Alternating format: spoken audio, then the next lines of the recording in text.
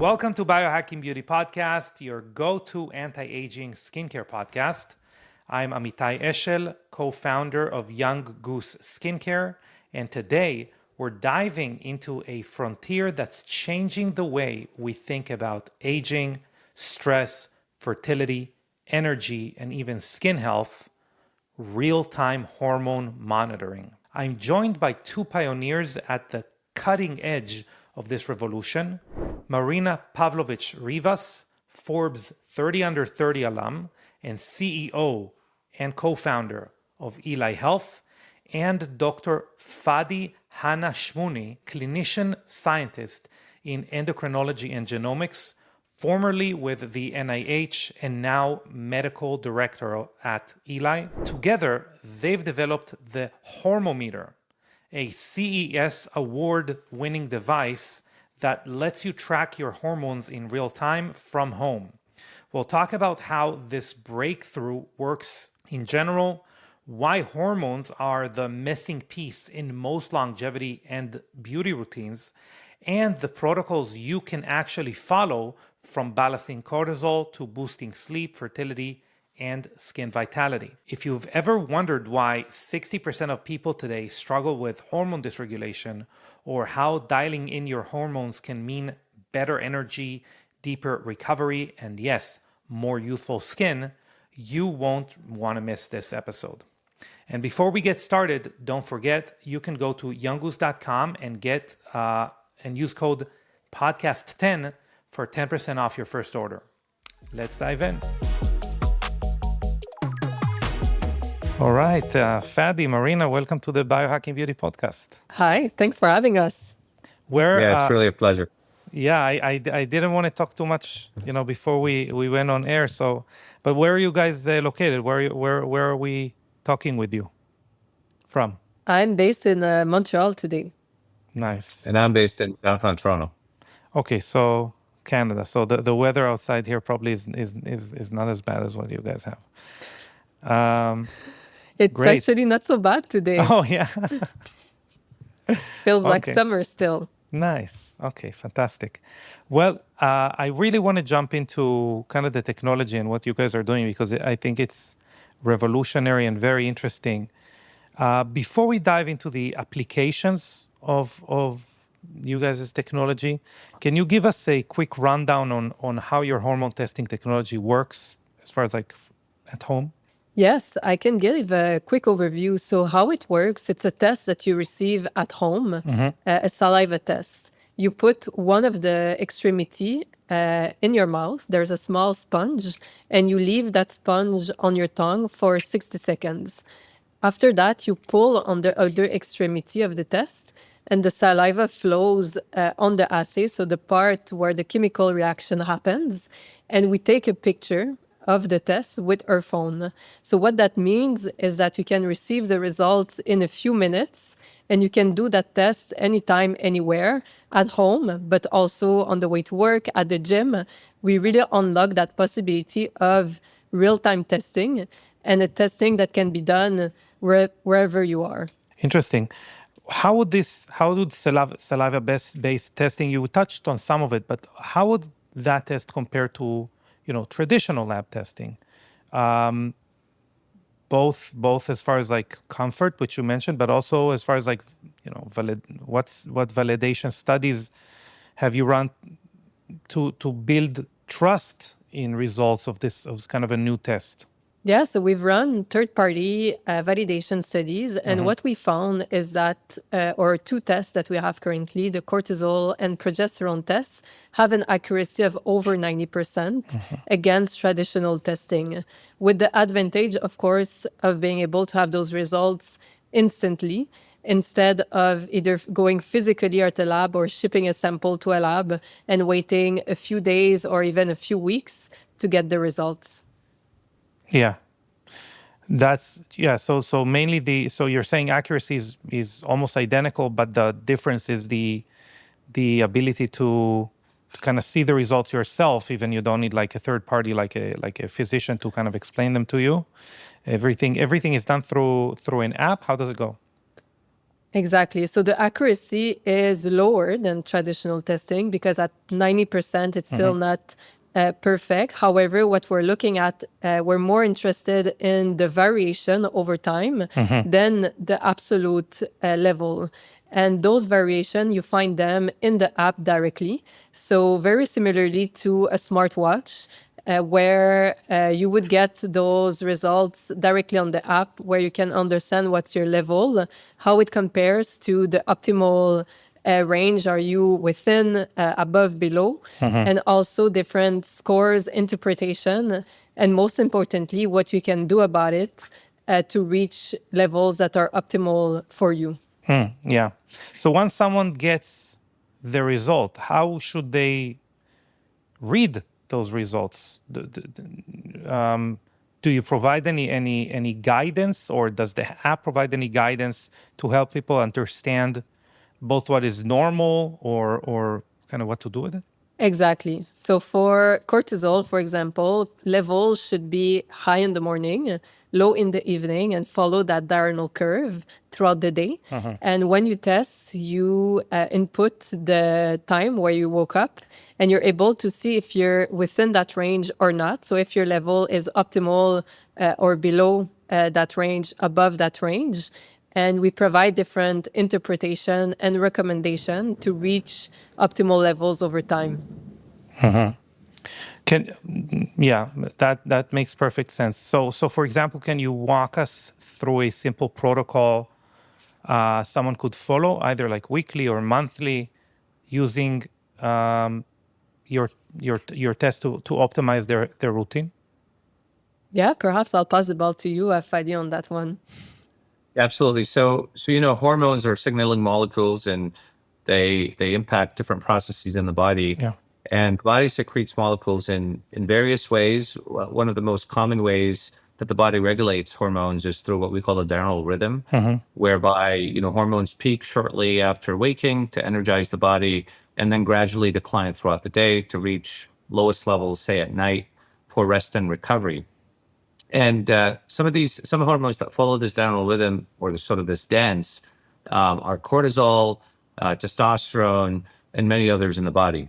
So in this context, I think it's important to measure and see if this diurnal rhythm is optimized for certain hormones. So take cortisol, for instance. We know that a dysregulated diurnal rhythm, that rhythm I just mentioned, if it's dysregulated because of life stressors or disease or exposure to toxins or steroids from certain medications, it could disrupt that rhythm.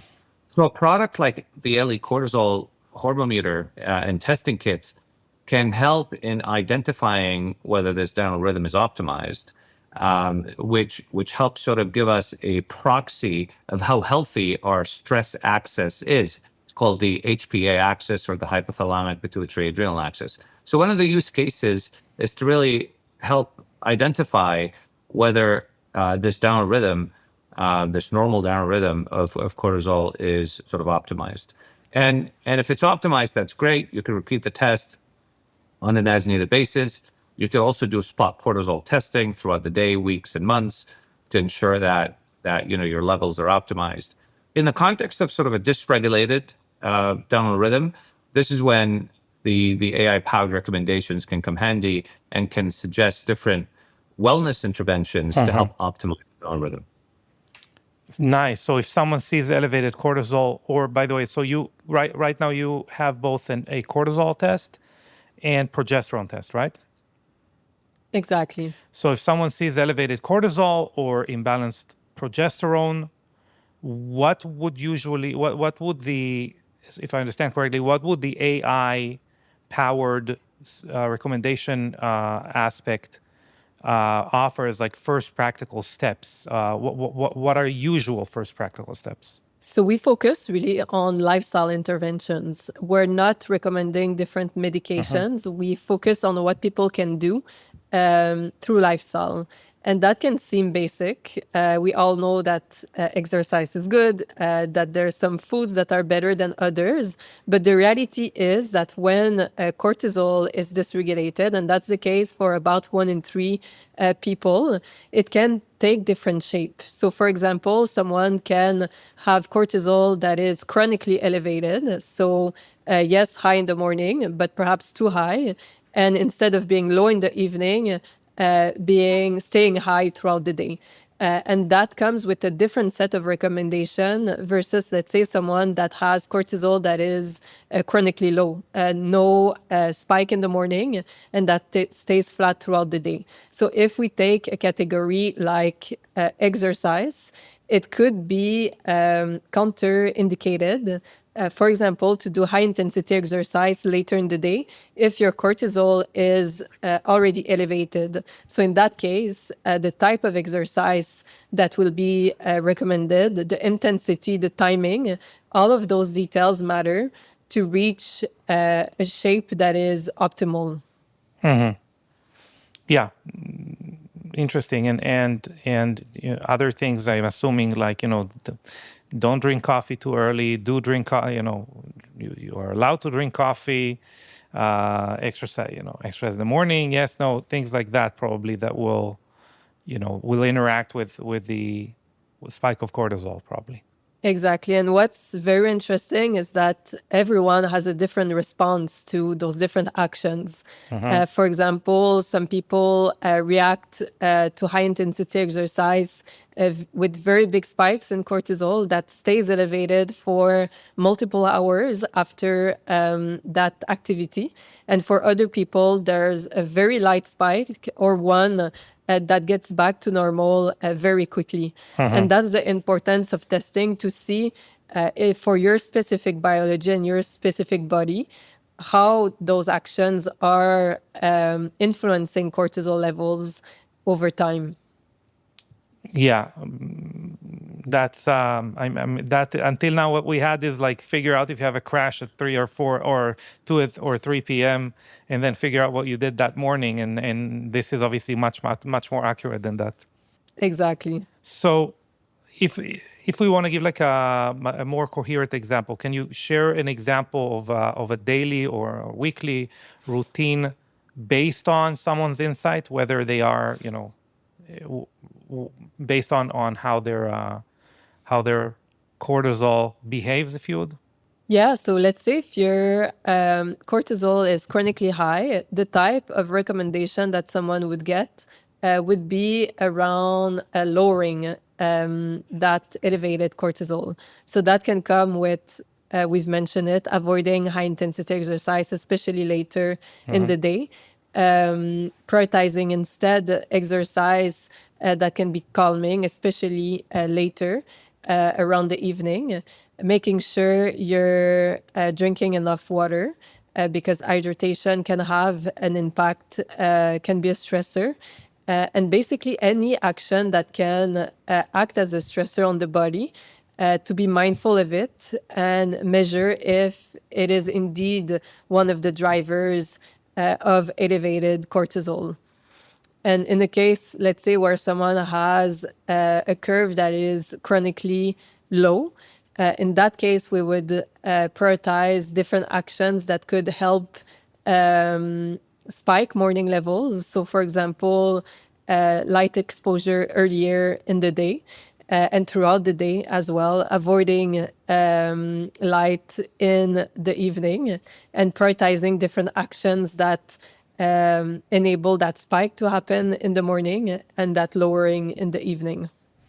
Would someone with the app, are you at a position yet where you could also adjust according to someone's specific kind of goals, whether it is, as an example, like if someone wants to reduce stress-related aging or balance hormones for better sleep, is it something that you could kind of indicate what you would like to get at the end of the road, or all of them stem from the same processes, which once you've dialed them down, everything kind of improves together? Yeah, and perhaps Fady can add more on that. But once cortisol is regulated and that diurnal curve is optimized, the benefits on the body are applicable throughout the different categories. So that's the beauty and also the dangers of cortisol is that when it's optimal and when it's not, it touches many different bodily functions. Yeah, and we know that exercise, nutrition, having an optimal sleep-wake cycle, mindfulness, exposure to light, or even certain light therapies can help optimize the cortisol diurnal rhythm. So to sort of summarize, it's important to know your data, your numbers, your rhythm, and having an optimal cortisol rhythm throughout the day is an important sort of barometer or marker of your stress axis in the body. Yeah. And conversely, having a dysregulated cortisol rhythm can increase the odds of many diseases, including metabolic disease and psychological diseases and future risk for cardiometabolic disease, including heart disease. So identifying, where you are on that spectrum through frequent testing, and then getting these AI-powered recommendations to ensure that you follow a wellness state to optimize your cortisol rhythm is a healthy habit that today is made possible with the Eli hormone meter. That's very cool. Fady, can I ask you, or Marina, can I ask you to expand a little bit on the interaction between cortisol or elevated cortisol and skin health? Maybe explain, MMPs a little bit for those who are new to that concept. Yeah, absolutely. Let me take the question initially. So the skin is actually the largest endocrine organ in the body. And the skin not only responds to various hormones secreted by endocrine organs like the thyroid and the pituitary and the adrenal, but the skin actually produces its own hormones, including cortisol at very small amounts. The skin has the ability to produce over 30 different hormones. And the skin's very sensitive to hormone dysregulation. And we know this from studying diseases impacting the endocrine system, including a rare disease called Cushing syndrome, which is excess exposure to cortisol and its byproducts, whereby you get thinning of the skin, increased risk for infection, and so on. So we know that lower estrogen and progesterone in perimenopause and menopause, lower testosterone means less collagen, thinner skin, more dryness, slower repair. We know that increased cortisol due to stress or these medical conditions like Cushing's can lead to disruption in the dermal layer and thinning of the skin, and this will ultimately lead to many problems that are skin related, including exposure to infection or increased risk for infection, dryness, which can impact someone's quality of life. So optimizing hormones has a direct correlation to healthy skin.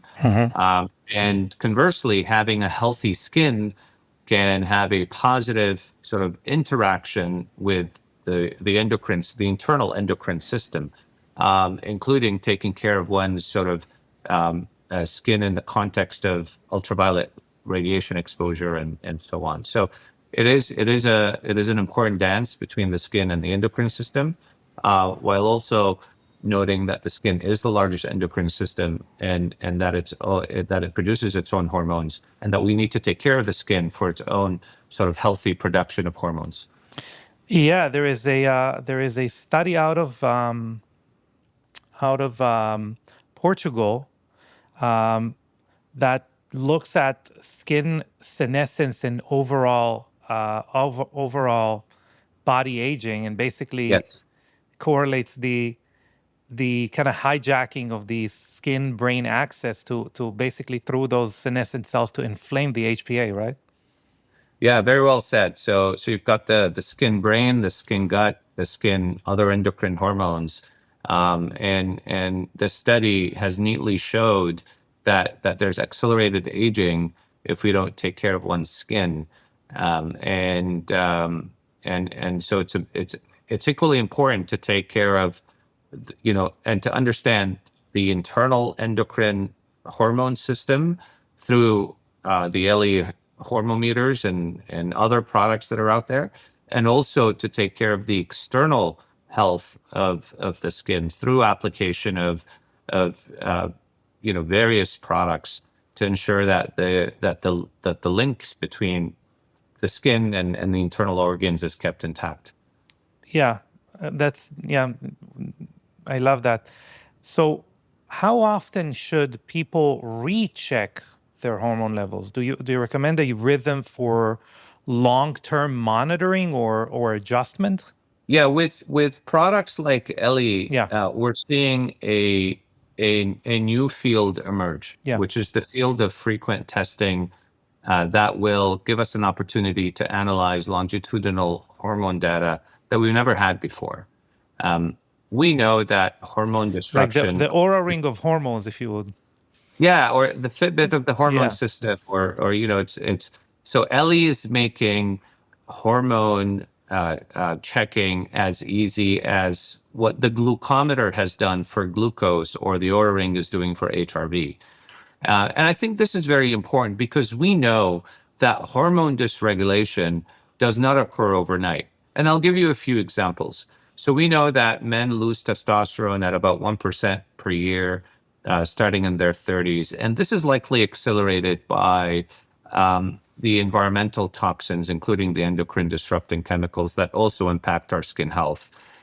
We know that in perimenopause, we lose progesterone initially, followed by other hormones, including estrogen. So if individuals today have the ability to check on demand instantaneously hormones such as cortisol, testosterone, estrogen, progesterone, they will get a better understanding of where they are on these disease cycles.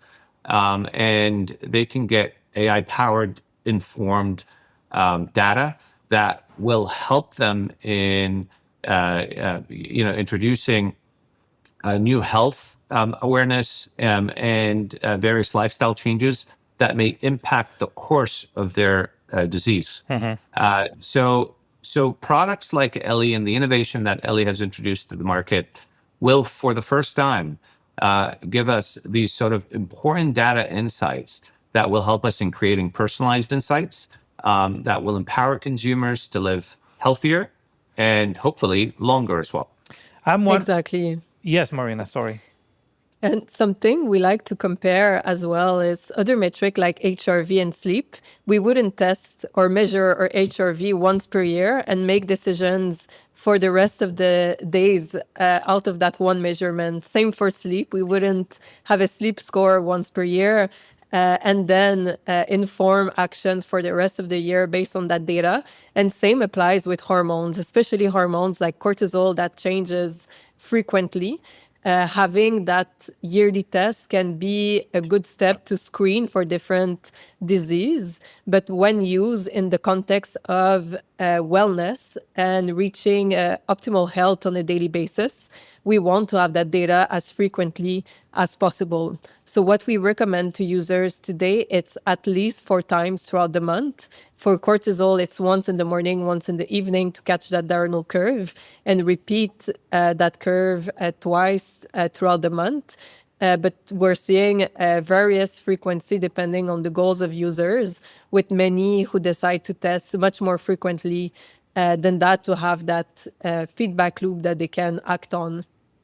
Do you see an advantage also, especially when talking about, female health and not circadian rhythm, but menstrual rhythm and testing those hormones more often, where when we test them, obviously, once in a while, we don't really have a contrast between, where they are in their monthly cycle, and I'm positive there is a correlation between that and hormone levels. Exactly. So the same principle apply here, that having that data more frequently throughout the month can help inform different actions depending on the phase of the cycle. Mm-hmm. Yeah, also zooming in on the menstrual cycle, as you know, it's a 28 cycle plus minus a couple of days in certain individuals, and we recommend testing hormones at different time points of the cycle. So progesterone at day 21, estrogen and FSH in the first couple of days of the cycle, then the LH surge in the mid-cycle. As you may imagine, this is cumbersome. It will require multiple laboratory visits, but empowering the consumer today with a tool that can measure these hormones instantaneously through an AI-powered recommendation that will also tell the consumer when to measure according to their cycle, is very advantageous. The second important point is the cost. So the LE products and the LE inventions were able to bring down the cost of testing significantly down, so we can create a scalable product and a participatory product for individuals across all walks of life. I love it. I am curious, within the company. By the way, I'm just going to mention we talked about the progesterone and cortisol, which are tests that you have now, but you're coming out with LH and FSH. Is that correct? The next ones will be testosterone, and after that, estradiol. Okay, very cool. Okay, my question is, are there applications that you specifically in the company are really excited about, whether it is stress management, perimenopause, athletic performance? Obviously, we're excited about skin health, but are there things that kind of drive the company and get you excited in the morning? What we find fascinating is that we're always finding new use cases with people reaching out to us. So skin is an example, hair, in the context of pregnancy, in the context of athletic performance, and various use cases that many we were envisioning, but many that we didn't even know that we could have an impact in those areas. So for me personally, that's what I find the most exciting, is the wide-reaching impact that we can have with the same product. Yeah, I'm most excited about cortisol. I trained as an adrenal disease endocrinologist, and one of the most important and sensitive sort of marker of your HPA stress axis is the health of the diurnal rhythm of cortisol. So if we're able to measure this diurnal rhythm through 2 time points, morning and evening sample at a very low cost, and as frequently as possible, it can sort of give us an indicator of the health of our stress axis, which we weren't able to do up until the LE test came to market. Now, another application I'm interested in is the introduction of testosterone, which will provide a lot of important insights to the individual, including, understanding when and how quick the decline of testosterone occurs in the context of males, which may aid with male hormone replacement therapy. And in females, we understand that 25% of the female population suffer from this sort of important condition called polycystic ovary syndrome that's associated with elevated androgens, including testosterone. So to be able to identify patterns that may suggest dysregulation in androgens and testosterone will be hugely beneficial from a population perspective. Yeah, and I think testosterone and individual levels of testosterone during perimenopause, something that is almost not discussed. And obviously, I mean, there is no FDA-approved hormone replacement therapy, testosterone replacement therapy for women at the moment. Women need to resort to microdosing men's testosterone replacement therapy. So I think there is something there that would maybe open a new door. I know probably anywhere we're going to go with this conversation is going to be seemingly a new door opening, but this seems to be something major. It's very exciting. Let's not forget that testosterone is as important of a hormone for females as well. There are testosterone receptors all over the body. And in the context of skin, we know that testosterone impacts collagen, it thins the skin, it contributes to dryness. We also know that testosterone adds thickness when Yeah. replaced, when optimized. It can also impact on quality of life, libido, and mood and cognition and so on. So having the ability to measure it at a very low cost through a scalable product that's AI powered will ultimately, I think, create more awareness in how testosterone is equally important in females. 100%. Will there be a nuance between testosterone and DHT, or would it be, yeah?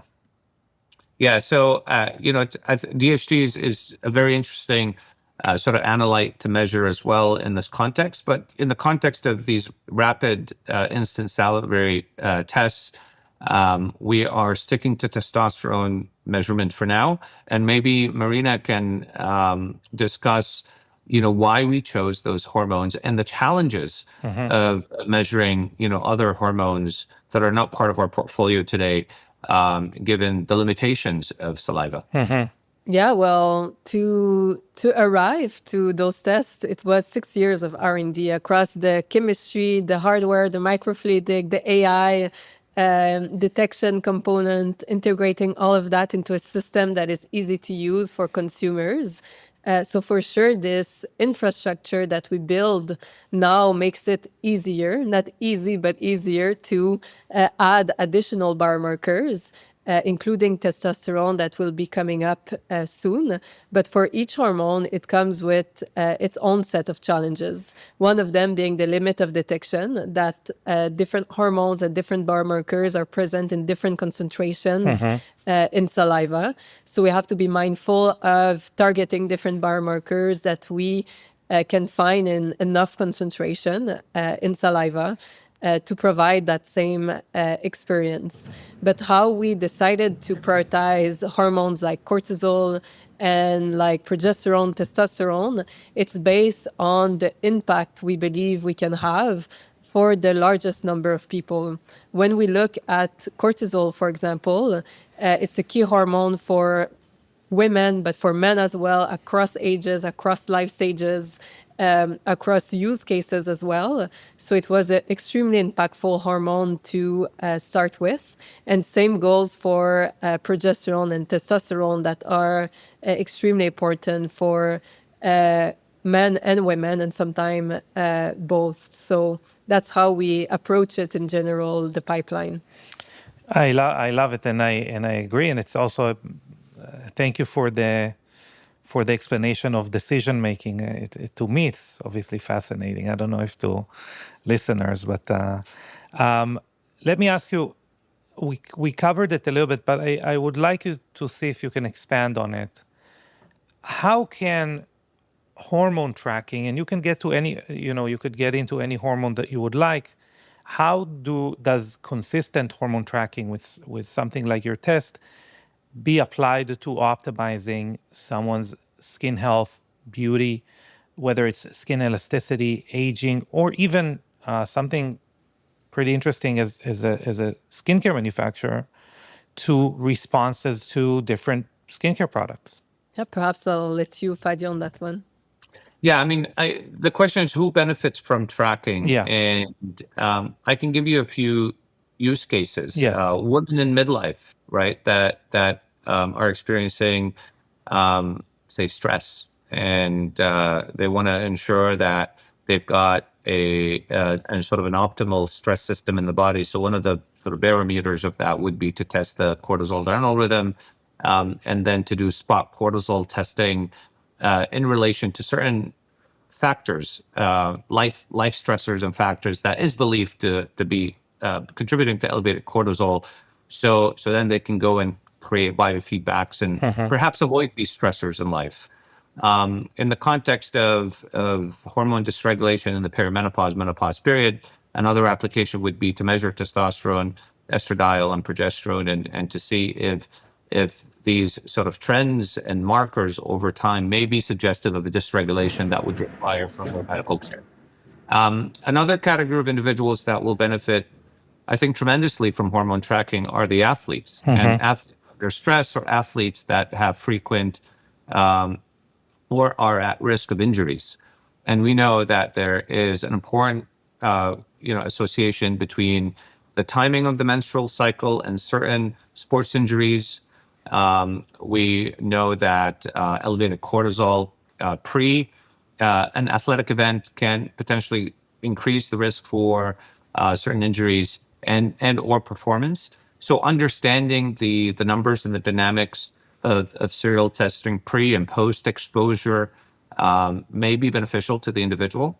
And the last category that I would like to highlight are sort of men with fatigue or low libido or under sort of various stressors that want to understand their numbers over time rather than a single laboratory time point, which will help them in making better lifestyle choices.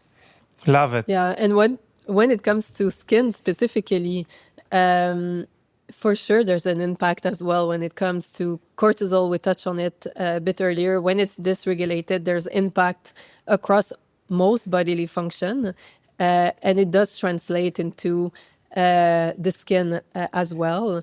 And for hormones like progesterone, the phase of the cycle comes with different impacts on the skin, where sometimes the skin can be more dry, sometimes it can be more oily.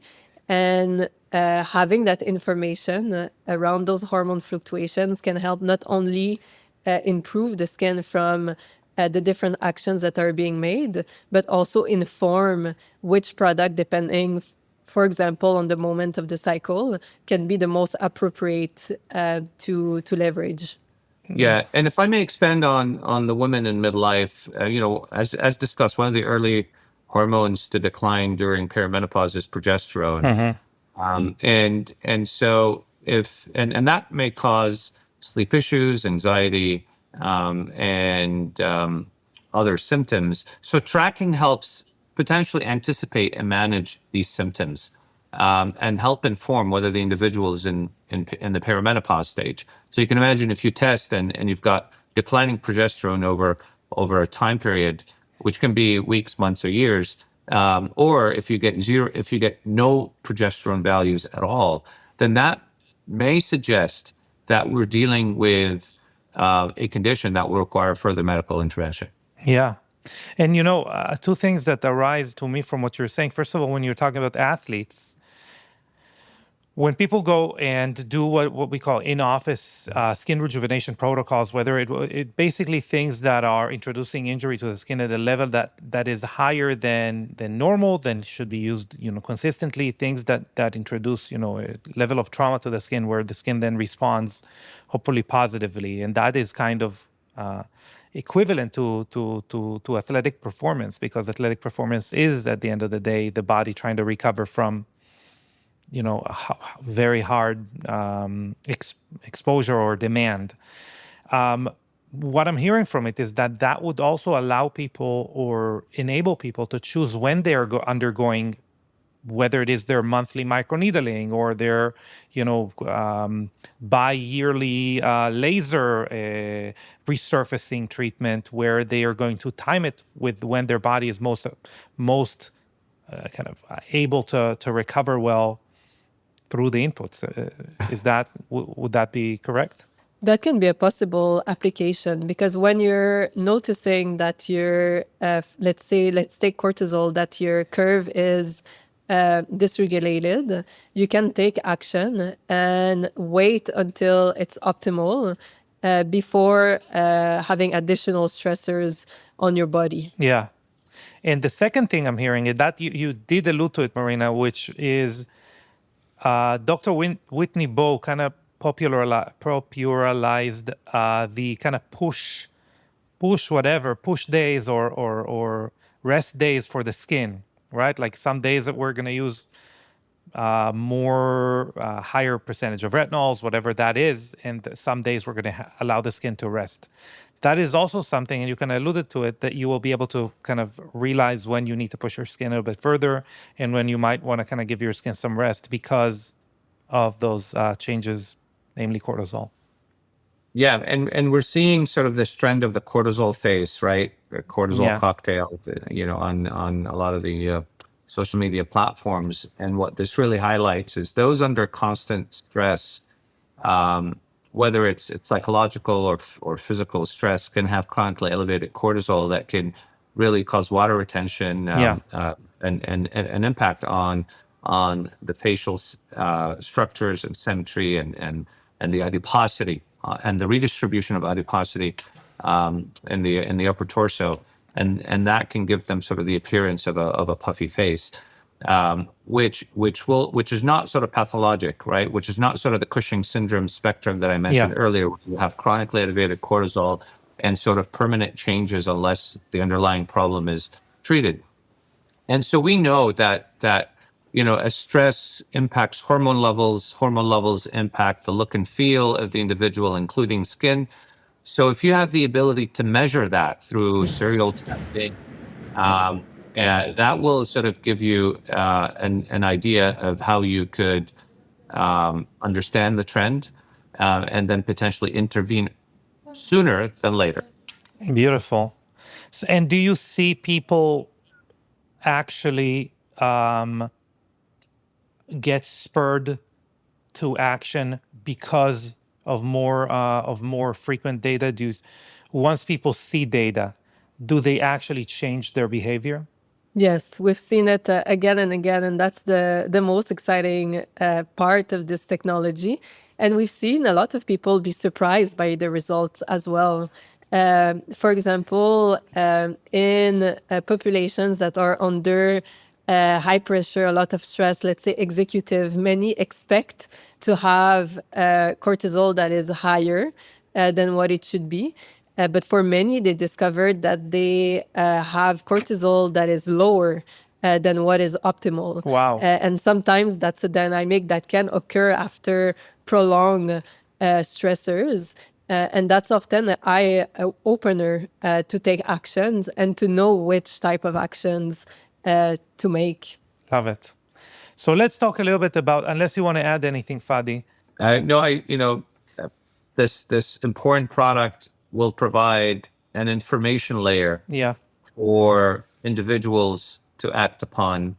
It's not meant to be diagnostic. It's not meant to replace, the medical expertise and sort of the diagnostic labs that we have today Yeah. to confirm disease. But more importantly, to provide an important information and data layer for the individual so they can potentially change their behavior towards a healthier behavior, which will then impact health overall, and well-being, of course. So that is really the intention of this product. And imagine a world where we all wake up and where we've got all these datas and the hormone insights that will help inform how we want to proceed with our day.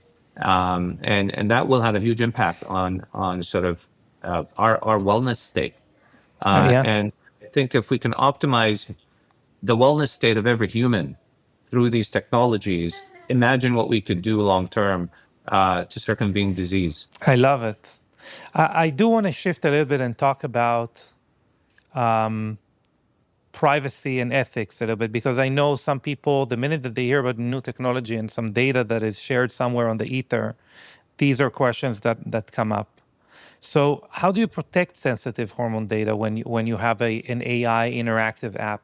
What's your first of all, what's your stance on privacy or data ownership? I think we've learned from 23andMe that's something you need to ask first, and then how is it being protected? Yeah, well, the very first step starts at the business model level. What we've seen in the past with many of those companies that had scandals around data privacy, often they had a product that in itself was unsustainable, and the real driver of revenue was selling the data. It was the data. Exactly.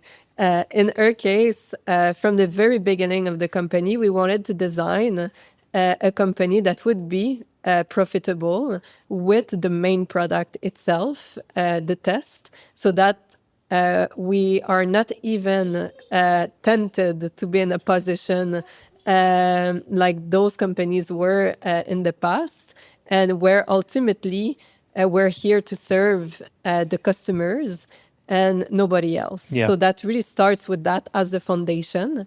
But then there's a lot of things that we've implemented directly in the infrastructure as well. So, for example, users can decide to delete their data at any moment. They can decide to share some data and not share other data, understanding what will be the impact on the user experience. And all data is also being anonymized. And people have the option to opt in research initiatives or to opt out. So there's really different layers from the business model up until how the data is being structured to ensure that the data is being protected. Yeah, wow, I love it, and it's such a good point about the old adage: if you're not the client, you're the product, right? Exactly. So I love that explanation. I think makes perfect sense, because if you have something like different like 23andMe or different projects, and you're building so much potential energy in the form of unrealized gains because you have all this data. At the end, even if you are not a company that is motivated by selling that data, you're gonna become so valuable to someone else that they will buy you and use that data. It's not even doesn't have to be you, the first founder to do that. But if the model is, hey, we're not, that's not a door where we even have that doesn't exist. What we're looking at is creating a test-driven revenue company. That's a great explanation. Exactly. And when we see products, let's say like period tracking apps that gain traction with millions of users worldwide, but most of them using a product for free, as you mentioned, sometimes it's not even the founders that started the company that make those decisions, but at some point there's change of control. There's different people around the table, and now you have millions of users using a product without paying and without generating profitability, and comes back to what you've mentioned: when you're not paying, ultimately, you may be the product. And that's what we've seen with a lot of those companies that unfortunately were in such position that led to various scandals. It's funny that we've gone through it for the last, I think, 3 years, where we were looking to integrate an AI face scan to our website to just recommend products. And at the end of the day, we always meet the same structure where we just cannot trust what's going to happen with that data. We don't want to be the conduit for that type of data storage or data mining.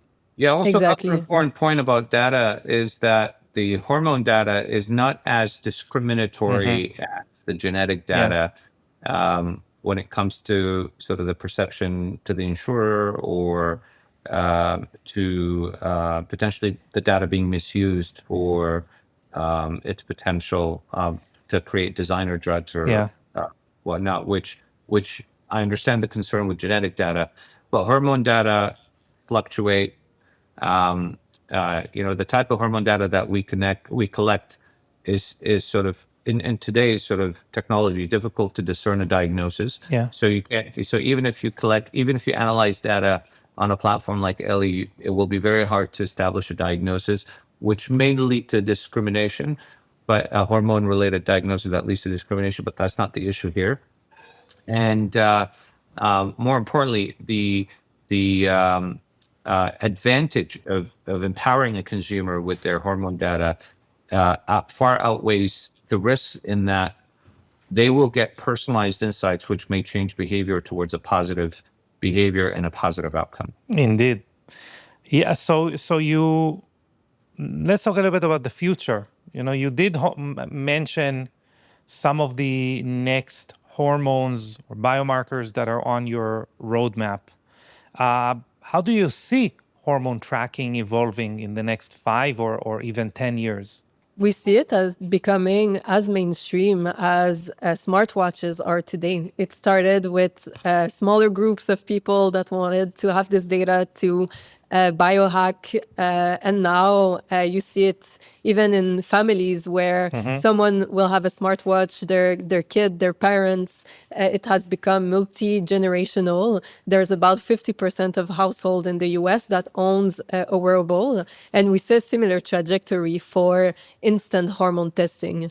We believe that people can benefit from it at scale, and that's our goal for the next few years. And that will come from people accessing the test directly, but also being part of a broader ecosystem where we can power other products with that information, where again, people decide how they want to use that data, but they can decide to integrate it with their own wearable, integrate it with other products that they use, and even other care platform to have that continuous view of their health. Yeah, that's Yeah, the secret to the fountain of youth and longevity lies in the endocrine system. And we see this with growth hormone therapy, weight loss therapies with the GLP-1s. So an optimal hormone system will equal to healthier, longer lives. And if we have the means to detect and optimize hormones through the likes of the Eli hormometer, then that's a very solid infrastructure for the future of healthy people. I agree, and especially with lifestyle interventions, because it's the I think the key to staving off aging is not to have it go awry in the first place. Like, it's much harder to rein back the horses rather than to keep them whatever you do to horses. Right. It's much harder. So I'm not, obviously we are in this podcast, we do recommend people look into hormone replacement therapy if they need it, but lifestyle interventions and the ability to have many data points to different things that you are doing and infer your wellness routine through that is, to me, a much more valuable tool than just understanding if you need HRT or not. So Exactly. I have a question. Again, it's another thing that I'm interested in, which is more personal. Do you personally use your tests? And if so, give me like an insight about your own health that surprised you or changed your routine through the tests. I use it every day. And for me, one moment that I found extremely impactful was last year when I was raising the Series A for the company and traveling a lot, going a lot back and forth from San Francisco to Montreal, changing time zones frequently. And at some point, and it was in the very early days of the product when it was not yet in the hands of users, I was seeing levels that were close to zero every morning. And I reported to the team, it seems there's a bug with the test. It's always zero. There's something happening. Can we look into it? It was all a testing phase. So we were expecting bugs. But the team said, well, it works for everyone else. And when I got back to Montreal, we took various samples and indeed realized that my cortisol level in the morning was low. So for me, it was a very powerful moment where the technology that we had developed enabled me to catch early a dysregulation that I could act on to avoid potential short and long-term effects. Wow. Yeah, I use it to uncover my diurnal rhythm. And every time I see a healthy diurnal rhythm, which is high cortisol in the morning, low cortisol at night, gives me sort of a relief that my HPA axis is functioning and healthy. Amazing. Okay. If listeners want to try Eli Health, or is it Eli or Eli? We say Eli, Yeah, but we okay. accept both the Okay. pronunciation. And people can go directly on the website at eli.health, where they'll find more information about the test, but also the possibility to buy it directly online. Great. And to wrap things up, what's the one key takeaway you'd like people to remember about hormone health and longevity? The one key takeaway is that hormone is data that you should have access to frequently. And especially for hormones like cortisol, it's important to see how it evolves through time. And similarly to sleep, we wouldn't test it once a year. Same applies here. Yeah, I would say know your numbers and know your numbers serially, because hormones dance all the time. So it'll be important to understand what we call area under the curve, which is, Yeah. like the sort of the overall 360 view of a hormone rather than just a single time point. Amazing. Well, guys, thank you very much. I really enjoyed this interview. I'm looking forward to the testosterone test. And I wish you continued success. Oh, thanks for having us. Thank Bye, you so much. everyone.